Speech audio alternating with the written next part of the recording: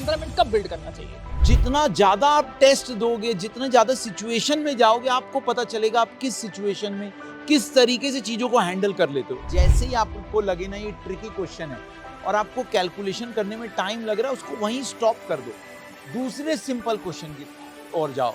किस मोमेंट पे लेना चाहिए लीव इट वाला डिसीजन? लीव इट का मतलब ये नहीं कि आप उस क्वेश्चन को अटेम्प्ट नहीं करोगे। लीव इट का मतलब ये है कि मैं अभी इसको अटेम्प्ट करने के लिए टाइम बचाऊं। पहले आपको समझ में आ गया इस क्वेश्चन को करने के लिए अभी थोड़ा और टाइम चाहिए, तो आप दूसरे क्वेश्चन अटेम्प्ट करो फटाफट। Hello everyone and welcome to GATE वाला। सो वी हैव दी बादल सोनी सर विद अस और एक बहुत ही इंपॉर्टेंट मुद्दे पे हम लोग डिस्कशन करने आए हैं, that is your exam temperament. यार सर, किसी को कोई बड़ी वॉर जीतनी होती है तो his temperament and his attitude is very important. और सर मैक्सिमम लोग ना सर पढ़ाई बहुत अच्छे से करते हैं, मन लगा के करते हैं, दिल लगा के करते हैं, लेकिन सर शायद अपनी उस एक दिन की प्लानिंग उतनी अच्छी नहीं कर पाते, इस कारण उनको सक्सेस नहीं मिलता।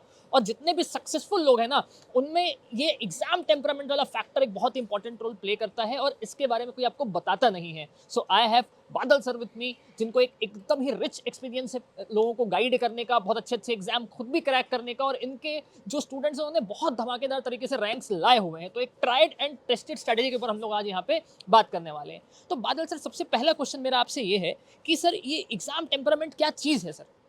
सर एग्जाम टेम्पो आप जैसे कि समझ रहे, बहुत इंपॉर्टेंट चीज है। जैसे कि आप में ज्ञान इतना है, नंबर इतने आ रहे हैं। हमने देखा है स्टूडेंट्स को कि यार देखने में लगता है कि he is an average student, और जब नंबर आते तो खेल जाता है। और एक स्टूडेंट है जो रोजाना डाउट पूछ रहा है, इतना ज्ञान है उसमें, रिस्पॉन्ड कर रहा है, बट उसके नंबर जब आते हैं तो देखते हैं यार he is unable to perform. ये सारा सीक्रेट सर एग्जाम टेम्परामेंट है, because it is an one day game. आपको वो 3 घंटे का जो पेपर है या 2 घंटे का पेपर है, उसमें अपने आप को चैनलाइज करना है अच्छे से, कि जो आप नॉलेज है आप उसको सही से प्रोड्यूस तो कर पा रहे हैं ना, सिली मिस्टेक्स तो नहीं कर रहे हैं।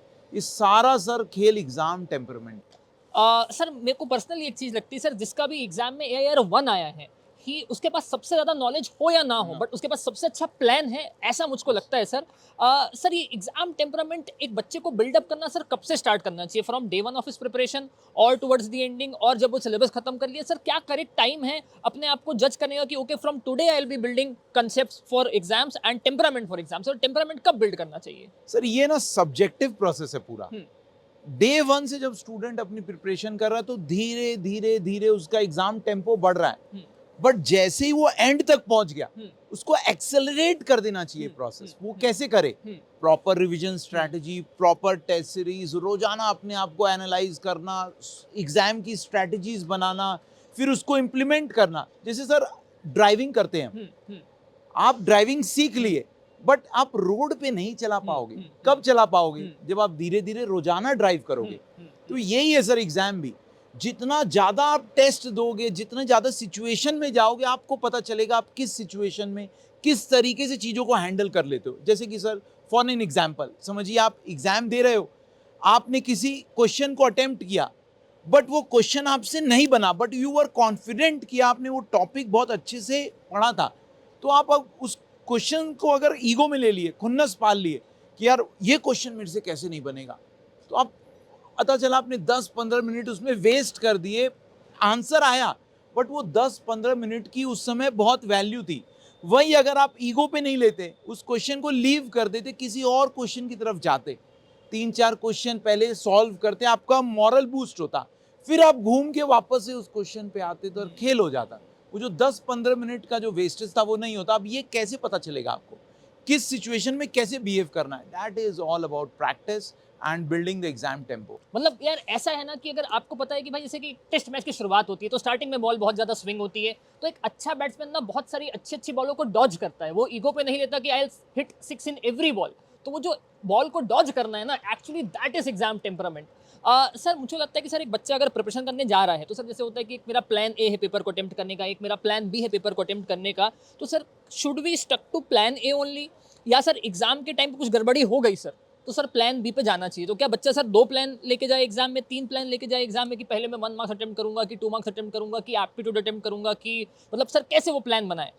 सर प्लान बनाने से पहले ना उसको क्वेश्चन पेपर रीडिंग स्पीड बढ़ानी होगी। जैसे मैं जब प्रिपरेशन पढ़ता था तो मैं जो है रोजाना आधे घंटे सुबह उठते क्वेश्चन पेपर पढ़ता था जस्ट टू सी कि मेरी रीडिंग स्पीड क्या है, और मैं क्वेश्चन पढ़ने के बाद जस्ट बैठा सोचता था कि अगर मैं इस क्वेश्चन पेपर को अटेम्प्ट करता तो मेरी स्ट्रैटेजी क्या क्या होती, मैं कहाँ से स्टार्ट करता, कौन से क्वेश्चन को स्टार्ट करता, पीछे से क्वेश्चन स्टार्ट कर रहा हूँ आगे से, कि बहुत लोग क्या करते हैं क्वेश्चन पेपर पढ़ लेते हैं और फिर जो सबसे सिंपल क्वेश्चन होते हैं उनसे ही स्टार्ट करते हैं।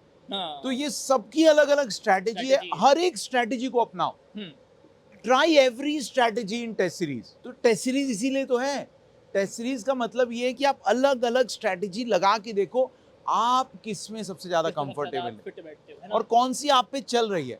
और जब आप डिफरेंट स्ट्रैटेजीज लगा रहे हो तो एग्जाम वाले दिन अगर आपको स्ट्रैटेजी चेंज भी करना हो, जैसे plan A B C D, sir बहुत सारे प्लान खुल जाएंगे, फिर तो आप एग्जाम में खेल जाओगे क्योंकि आपको ऑलरेडी एग्जाम प्रेशर हैंडल करना आ चुका है। You know how to perform in various situations. Sir एक बहुत बड़ी चीज होती है सर एग्जाम टाइम में सर, वो होती है क्लॉक, क्योंकि सर बच्चा ना क्वेश्चन कभी कभी सर अकेले में आइसोलेटेड मोड में बैठ के सॉल्व कर लेता है, but when there is a clock ticking in front of him, तो सर क्लॉक के साथ कभी कभी सर उसके ऊपर प्रेशर बनता है। Sir how to handle that particular pressure sir? इसके लिए सर मैं एक जबरदस्त टेक्निक बता रहा हूँ, और आप डे 1 से, अगर अभी तक आपने टेक्निक नहीं अपनाया तो स्टार्ट करो। अगर आप कोई वर्कबुक लगा रहे हो, कोई डीपीपी लगा रहे हो, कोई प्रीवियस ईयर क्वेश्चन लगा रहे हो, मेक सेट ऑफ 10 और 20 क्वेश्चंस और क्लॉक करो, एक स्टॉप वॉच को लगाओ। मैंने 10 क्वेश्चन को अटेम्प्ट करना है, मैंने 2 मिनट दिया एक क्वेश्चन को, तो it amounts to 20 minutes. 20 minutes में देखो आपने कितने क्वेश्चन किए, फिर उसको एनालाइज करो कि उसमें कितने सही हुए कितने गलत हुए। इससे क्या है ना, आपका रोजाना की प्रोडक्टिविटी भी बढ़ जाएगी and you will know how to handle the situation in the correct time limit.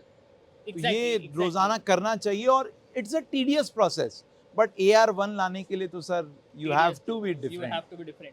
Sir मेरा इसमें एक और क्वेश्चन है सर, जैसे अपना एक एग्जाम है सर गेट का एग्जामिनेशन, सर गेट का एग्जाम 3 घंटे का होता है, इसका मतलब क्या, एक बार मैं एग्जाम हॉल पे गया, मैं बाहर आया, तो अगला 3 घंटा मुझको 1 साल बाद मिलने वाला है। अगर मेरा EAC मेंस का पेपर है सर, तो फिर बस 2-3 पेपर रहेंगे, तो सर वो टेस्ट मैच है, क्योंकि सर वहाँ अगर कुछ बिगड़ गया एक में तो मैं दूसरे में संभालने का अपॉर्चुनिटी मेरे को मिलेगा।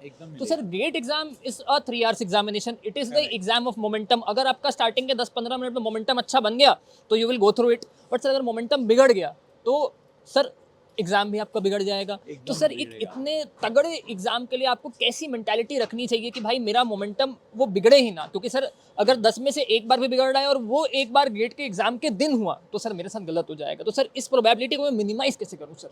जजमेंट, क्वेश्चन को पढ़ते ही आपको जजमेंट लेने आना चाहिए कि कौन सा क्वेश्चन ट्रिकी है और कौन सा क्वेश्चन ट्रिकी नहीं है।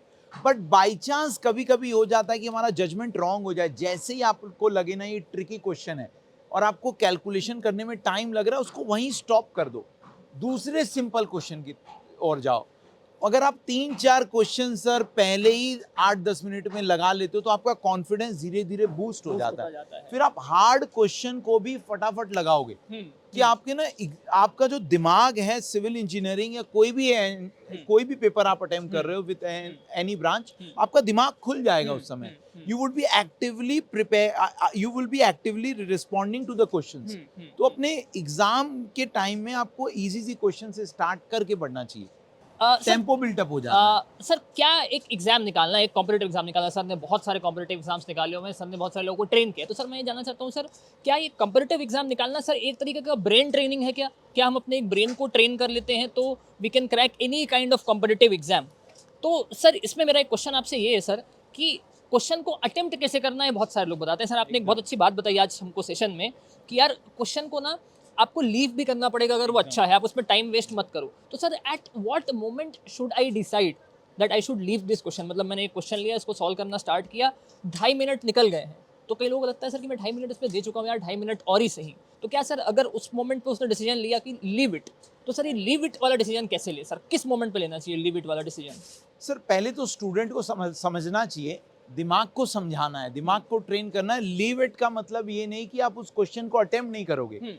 लीव इट का मतलब ये है कि मैं अभी इसको अटेम्प्ट करने के लिए टाइम बचाऊं। पहले आपको समझ में आ गया इस क्वेश्चन को करने के लिए अभी थोड़ा और टाइम चाहिए, तो आप दूसरे क्वेश्चन अटेम्प्ट करो फटाफट, और वहां से जो आपको बफर टाइम मिला है उसको यूज करो फिर इस क्वेश्चन को अटेम्प्ट करने के लिए। 3 घंटे सर कम नहीं होते हैं, गेट पॉइंट ऑफ व्यू से 3 hours is more than enough to attempt the total paper. आप बोनस टाइम ला सकते हो, बहुत सारे क्वेश्चन टफ होंगे तो बहुत सारे क्वेश्चन इजी भी होंगे। साइंटिफिक तरीके से वो पेपर पूरा का पूरा फ्रेम्ड है। वो एग्जामिनर देखना चाह रहा है कि अगर आपको किसी क्वेश्चन में ज्यादा टाइम लग रहा है तो आप कैसे परफॉर्म कर रहे हो। और यही सोचो अगर उसने 2.5 मिनट वो नहीं छोड़े होते और 2.5 मिनट के बाद मान लो 1.5 मिनट और लगाया और क्वेश्चन नहीं हुआ होता, फिर क्या?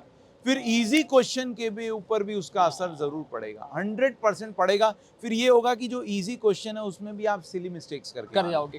बिल्कुल बिल्कुल बिल्कुल। छोड़ने का मतलब ये है कि बाद में अटेम्प्ट करेंगे। सर आपने ना एक और बात की सेशन में बहुत अच्छा, इसमें चाहता हूँ थोड़ा सा सर आप और प्रकाश डालें बच्चों के लिए, है ना सर। वो ये है सर कि अपने पास क्वेश्चन को रीड करने का भी एक आर्ट होता है सर, है ना। तो सर जैसे मैंने क्वेश्चन को रीड किया तो सर एक होता है सर आसान क्वेश्चन, मेरे को देखता है कि सर इस क्वेश्चन को मैंने रीड किया, ये गिवन है, मैं ये फॉर्मूला लगाऊंगा तो मुझको आंसर आ जाएगा। इसका मतलब क्या है सर कि मेरे को ना उस क्वेश्चन को रीड करने के बाद गिवन से लेकर सोल्यूशन तक सब कुछ दिखाई दे रहा है, तब तो सर मैं डेफिनेटली उसको अटेम्प्ट करूंगा।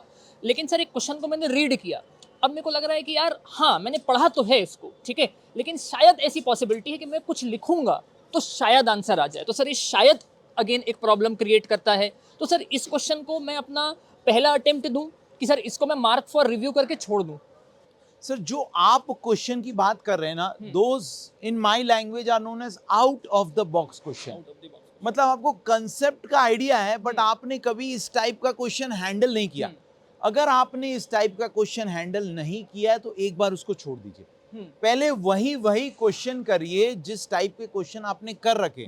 कम से कम शॉर्ट तो है ना भाई, वो होगा। फिर लास्ट में जो out of the box question है उनको हैंडल करिए। तब तक वही बात हो गई कि आपका दिमाग इतना सिंक्रोनाइज हो जाएगा एग्जाम में कि आप टफ से टफ क्वेश्चन भी हल कर दोगे, 100% आउट ऑफ द बॉक्स भी सोचना स्टार्ट कर दोगे। बिल्कुल। तो यार मैंने इस सेशन में बहुत सारे क्वेश्चंस बादल सर से ऐसे किए हैं जो शायद एक बच्चे के सबकॉन्शियस माइंड में होते हैं, बट वो किसी से पूछने में भी हेजिटेट करता है और किसी को बताता भी नहीं है। तो वी रियली वांटेड कि भाई हम लोग आपके माइंड सेटअप में वहाँ पे जा पाएं जो शायद आपके मन में है, आपको भी पता नहीं कि आपके मन में है, लेकिन आप किसी से डिस्कस नहीं कर पाते हो। तो these are the temperaments which build your exam temperament, these are the dos and don'ts that build your exam temperament. तो प्लीज इस बात का ध्यान रखिएगा क्योंकि बहुत ही कम टाइम बाकी है गेट के एग्जाम में, and we have the rich experience of Badal sir, so I really thought कि this should indulge in a particular video. Thank you so much Badal sir for this lovely video. Thank you sir. Thanks everyone.